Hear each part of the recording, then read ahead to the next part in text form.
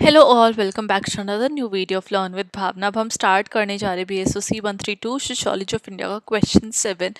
हाँ जी, इससे पहले वाली अगर आपने वीडियोस नहीं देखे तो इस वीडियो के एंड में आपको एक फोल्डर का लिंक मिल जाएगा और आपको सारे इंपॉर्टेंट क्वेश्चन की वीडियो वहाँ मिल जाएंगी।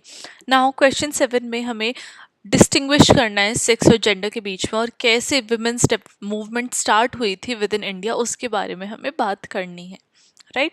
तो जब भी हम सेक्स और जेंडर की बात करते हैं, दो हम कभी कभार सेक्स की जगह जेंडर यूज करते थे, जेंडर की जगह सेक्स यूज कर देते हैं, बट दोनों बहुत ज़्यादा डिफरेंट है, दोनों का कॉन्सेप्ट डिफरेंट है।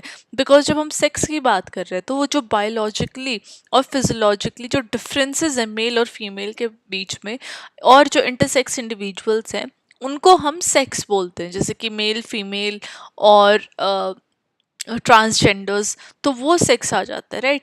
ये एनाटॉमी, क्रोमोसोम्स और हार्मोन से रिलेटेड होता है सेक्स, और उससे डिपेंडेंट होता है, और ये बाय बर्थ बायोलॉजिकली सेक्स हमारा डिटरमाइंड होता है।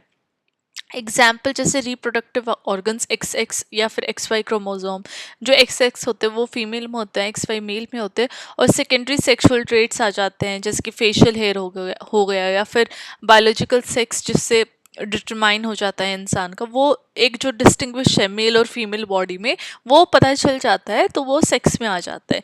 लेकिन वहीं पे जब हम जेंडर की बात करते हैं तो जेंडर हो जाता है socially constructed roles, behaviour, activity, expectation, जो कि मेल या फीमेल से जुड़ी होती है, नॉन बाइनरी से जुड़ी होती है, गिवन कल्चर से जुड़ी होती है, जो कि डिटरमाइंड होता है कि एक जेंडर का रोल क्या है, किस जेंडर को क्या करनी है चीज़ें, और उससे जेंडर हमारा एसोसिएटेड होता है। तो जेंडर फ्लूइड होता है हर कल्चर में, हर हिस्टोरिकल पीरियड से जो जेंडर का रोल्स है, जो जेंडर डिटर्मिनेशन है, वो हर तरीके से अलग है। एग्जाम्पल काफ़ी सारी सोसाइटीज़ में जो केयर गिविंग रोल्स है वो वुमेन से रिलेटेड है, वुमेन केयर गिविंग रोल्स देती है। वहीं पे अगर हम लीडरशिप रोल देखते हैं वो मेन से जुड़े होते हैं। तो ये सारे रोल्स क्या हैं, बायोलॉजिकली नहीं मिले होते हैं किसी भी मेल या फीमेल को, लेकिन सोसाइटी इन रोल्स को कंस्ट्रक्ट करती है, इन रोल्स को डेवलप करती है, और ये रोल जो डिफरेंट जेंडर्स हैं उनसे एसोसिएट करती है। राइट। अब की डिफरेंसेस क्या है, तो जो नेचर है, जो सेक्स है वो बायोलॉजिकल है, बट जो जेंडर है वो सोशली कंस्ट्रक्टेड है। वेरिएबिलिटी क्या है, सेक्स हमेशा कांस्टेंट रहता है, जो आपका बाय बर्थ सेक्स है वो हमेशा सेम रहेगा until unless you go under knife, you go under any procedure, right?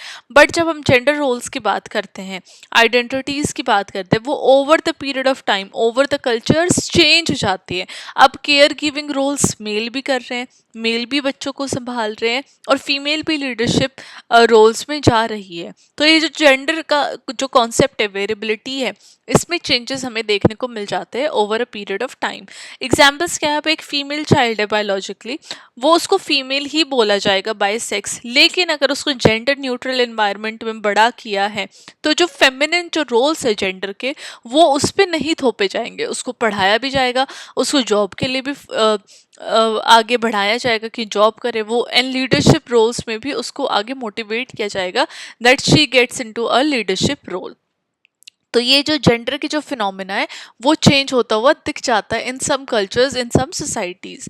अब जब हम बात करते हैं कि विमेंस मूवमेंट कैसे स्टार्ट हुई थी इंडिया में, तो विमेन मूवमेंट इंडिया के अंदर एक सोशो पॉलिटिकल मूवमेंट की तरह देखी गई थी, जहाँ पे जेंडर इक्वालिटी विमेन चाह रही थी, वो पेट्रियार्कल ऑपरेशन से फाइट कर रही थी, और वो चाह रही थी एजुकेशन उनको इक्वल मिले, पॉलिटिकल रिप्रेजेंटेशन मिले, और जितनी भी वायलेंस अगेंस्ट वुमेन हो रही थी उनके खिलाफ वो आवाज़ उठाए और उनसे उनको छुटकारा मिले।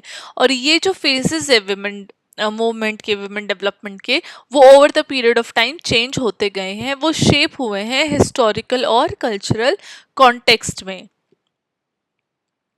तो प्री कॉलोनियल और कॉलोनियल पीरियड में सोशल रिफॉर्म मूवमेंट स्टार्ट हुई, जहाँ पे जो अर्ली विमेन मूवमेंट्स थे इंडिया के अंदर, वो क्लोजली लिंक थी ब्रॉडर सोशल रिफॉर्म मूवमेंट के साथ ऑफ द 19th सेंचुरी, जहाँ पे जितने भी मेल रिफॉर्मर्स थे उन्होंने एडवोकेट किया विमेन राइट्स के लिए, जिसमें उन्होंने एफर्ट डाले ताकि वो जितने भी सोशल इविल्स हैं, चाहे वो सती हो, जहाँ पे अगर कोई औरत विडो हो जाती है, उसका हस्बैंड मर जाता है तो उसको साथ में जला दिया जाता था, तो उसके अगेंस्ट विमेन ने अपनी आवाज़ उठाई। चाइल्ड मैरिज के अगेंस्ट वुमेन ने अपनी आवाज़ उठाई, और जितनी भी उनको एजुकेशन नहीं मिलती थी या फिर लैक ऑफ एजुकेशनल फैसिलिटीज़ थी वुमेन के लिए, उनके खिलाफ वुमेन ने अपनी आवाज़ उठाई।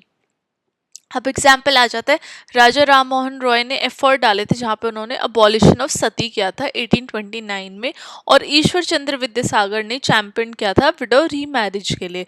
तो ये सारे एग्जाम्पल्स हमें देखने को मिलते हैं।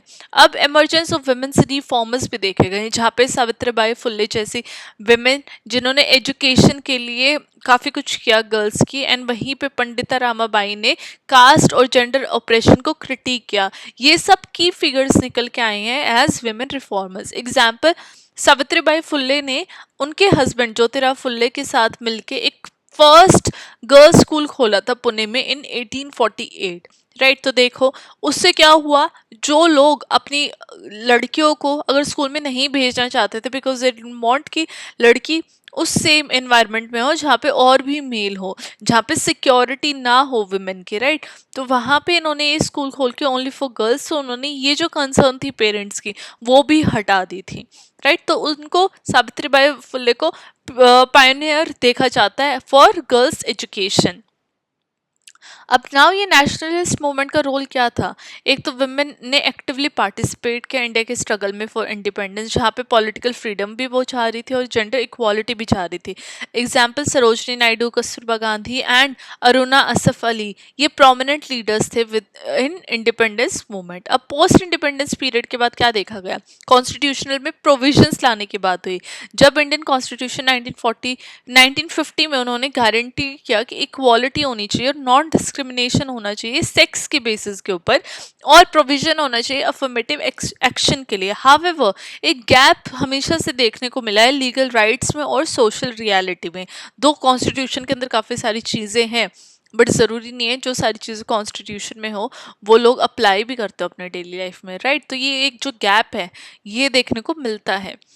नाउ एक फोकस था लीगल रिफॉर्म्स के ऊपर, जहाँ पे जो फर्स्ट फेज था पोस्ट इंडिपेंडेंस वुमेन मूवमेंट का, उन्होंने फोकस किया लीगल रिफॉर्म्स के ऊपर, जहाँ जहाँ उन्होंने डाउरी, डोमेस्टिक वायलेंस और वर्क प्लेस डिस्क्रिमिनेशन जैसी इश्यूज को एड्रेस किया। एग्जाम्पल, डाउरी प्रोहिबिशन एक्ट आ गया था 1961 में, जो कि एक आउटकम था सस्टेन्ड एडवोकेसी के बाद का, राइट। वहीं पे एक शिफ्ट देखने को मिला ग्रास रूट मोबिलाइजेशंस में, जब 1970s के बाद जो विमेन ग्रुप थे वो फोकस करने लग गए ग्रास रूट एक्टिविज्म के ऊपर, जहाँ पे poverty, land right, violence against women जैसे इश्यूज पे वो बात कर रहे थे। चिपको मूवमेंट 1973 में आया उत्तराखंड में, जहाँ पे विमेन ने एक बहुत इंपॉर्टेंट रोल प्ले किया फॉरेस्ट को प्रोटेक्ट करने के लिए। तो इसमें जो इकोलॉजिकल एक्टिविज्म है विमेन का, लीडरशिप का, वो हमें देखने को मिला इन 1973। अब जब हम कंटेम्प्रेरी विमेन मूवमेंट की बात करते हैं मॉडर्न टाइम्स की, तो हम देखते हैं एंटी वायलेंस कैंपेन्स बहुत ज़्यादा निकल के आए। तब वुमेन्स ने वायलेंस अगेंस्ट वुमेन को एड्रेस किया, चाहे वो डोमेस्टिक वायलेंस हो, चाहे वो रेप हो, चाहे वो वर्क प्लेस हरासमेंट हो, इन सब चीज़ों के ऊपर बातें होने लग गई, ये बहुत बड़े इश्यूज बन गए। एग्जाम्पल, जब हम 2012 का दिल्ली गैंग रेप केस देखते हैं, जिससे एक मैसिव प्रोटेस्ट देखने को मिली, जिसकी वजह से क्रिमिनल लॉ निकल के आया अमेंडमेंट एक्ट 2013 में, जिसने फिर से रेप लॉज को रीडिफाइन किया, रेप लॉज को और भी ज़्यादा स्ट्रिक्ट किया, राइट। वहीं पे विमेन का पार्टिसिपेशन भी पॉलिटिक्स में बढ़ चढ़ के देखने को मिला, जहाँ पे विमेन इंक्रीजिंगली डिमांड कर रही थी ताकि उनको ग्रेटर पॉलिटिकल रिप्रेजेंटेशन मिले। तो जो पुश था विमेन रिजर्वेशन बिल का, जिसमें 33% रिप्रेजेंटेशन फॉर विमेन पास किया गया in parliament and state legislatures. Intersectional movements निकल के आए, जहाँ पे मॉडर्न वुमेन्स मूवमेंट ने एड्रेस किया इंटरसेक्शनैलिटी को, जो कि फोकस कर रहा था ऑपरेशन जो कि दलित वुमेन ने फेस किया। फिर एलजीबीटीक्यू इंडिविजुअल्स ने, एलजीबीटीक्यू वुमेन्स ने, चाहे वो लेस्बियंस हो या फिर जो भी वुमेन हो जिनका अलग इंटरेस्ट हो, राइट, या फिर रूरल वुमेन हो, जो भी उनका ऑपरेशन था, जो भी उनकी नीड्स थी, डिमांड्स थी, उनके बारे में बात हो रही थी। इंटरसेक्शनल मूवमेंट्स निकल के आ रही थी वुमेन्स के। एग्जाम्पल्स, ऑर्गेनाइजेशन, चाहे वो दलित वुमेन कलेक्टिव हाईलाइट हो, उन्होंने डुअल ऑपरेशन की बात करी थी कि कास्ट की वजह से भी हम ऑप्रेस्ड फील कर रहे हैं और जेंडर भी एक अलग से ऑपरेशन क्रिएट कर रहा है। वहीं पे सोशोलॉजिकल पर्सपेक्टिव अगर देखें वुमेन मूवमेंट का, तो फेमिनिस्ट पर्सपेक्टिव बात करते हैं कि जो वुमेन मूवमेंट है वो एग्जेम्पलीफाई करती है फेमिनिस्ट स्ट्रगल को अगेंस्ट पेट्रियार्कल स्ट्रक्चर, जो कि एडवोकेट कर रहा है इक्वालिटी और जस्टिस के लिए। वहीं पे कॉन्फ्लिक्ट थ्योरी बोल रही है कि वुमेन मूवमेंट हाईलाइट कर रहा है पावर डायनामिक्स और इनइक्वालिटीज जो पेट्रियार्कल और कैपिटलिस्ट सिस्टम में क्या पावर डायनेमिक्स है, विमेन के पास पावर नहीं है, मेन के पास पावर है, मेन आर मोर पावरफुल, वो ऑप्रेस कर रहे हैं विमेन को, तो कॉन्फ्लिक्ट थ्योरिस्ट ने इस बारे में बात की। वहीं पे फंक्शनलिस्ट पर्सपेक्टिव ने बोला कि जो ट्रेडिशनल जेंडर रोल्स हैं वो सोशल स्टेबिलिटी लेके आ रहे हैं, विमेन जो घर का काम कर रही है और मेन बाहर जाके पैसा कमा रहा है, उससे क्या है फैमिली में स्टेबिलिटी आ रही है। और विमेन जो मूवमेंट है वो चैलेंज कर रहे हैं इन रोल्स के लिए, ताकि वो एक मोर इक्विटेबल सोसाइटी बनाए, ताकि जो काम है वो शुरू से डिफाइन नहीं होता, बाय बर्थ किसी का भी काम डिफाइन नहीं होता, और उसी को चैलेंज विमेन मूवमेंट करती हैं to get a more equitable justifiable society for themselves, right. अब लास्ट में आपका कंक्लूजन आ जाएगा, आपको हर आंसर के बाद कंक्लूजन प्रोवाइड करना है। कंक्लूजन में मैंने लिखा है कि जब हम डिफरेंस की बात करते हैं बिटवीन सेक्स एंड जेंडर की, तो हम देखते हैं कि सोशल कंस्ट्रक्ट है जो जेंडर कॉन्सेप्ट है, और जो सेक्स है वो बाय बर्थ है, वो बायोलॉजिकल है। तो जो वुमेन मूवमेंट है इंडिया के अंदर, वो फाइट करती है एजुकेशन के लिए, लीगल राइट्स के लिए, सोशल जस्टिस के लिए, और वो ओवर द टाइम वो मूवमेंट्स जो है, वो जो उनका फोकस पॉइंट है वो चेंज हुआ है विद टाइम। दो एक सिग्निफिकेंट प्रोग्रेस हमें देखने को मिली है, लेकिन जो परसिस्टेंस है जेंडर बेस्ड डिस्क्रिमिनेशन का वो आज भी देखने को मिलता है, और आज भी जो मूवमेंट्स है वो विद टाइम चेंज हो रही है, ताकि एक मोर इंक्लूसिव सोसाइटी क्रिएट की जाए फॉर वुमेन, राइट। तो ये हमारा कंक्लूजन था। इसमें हमने बात की कैसे विमेन मूवमेंट इवॉल्व हुई है, और सेक्स और जेंडर का कॉन्सेप्ट दोनों के अंदर क्या डिफरेंसेस हैं, राइट। तो ये हमारा आंसर था क्वेश्चन 7 का। आपको एक्सप्लेनेशन कैसी लगी? कोई अगर आप चेंजेस चाह रहे हैं, किसी और टॉपिक के ऊपर आप वीडियो चाह रहे हैं, तो आप मुझे कमेंट करके बता सकते हैं। और मुझे सपोर्ट दिखाने के लिए, अपना प्यार दिखाने के लिए चैनल को प्लीज़ सब्सक्राइब करिए, वीडियो को लाइक कीजिए, अपने फ्रेंड्स के साथ शेयर कीजिए, और ज़्यादा से ज़्यादा कमेंट करके बताइए कि how did you like the explanation, and were you able to understand the question. और इंपॉर्टेंट टिप्स वाली वीडियो भी आप ज़रूर देखिए, और वहाँ पे जाके कमेंट करिए कि आपने इंपॉर्टेंट टिप्स की वीडियो देख ली है, and was the video helpful for you, the important tips one as well. So this was our question 7. Now I will see you with question 8. Till then, study well, study hard, and all the very best for your exam.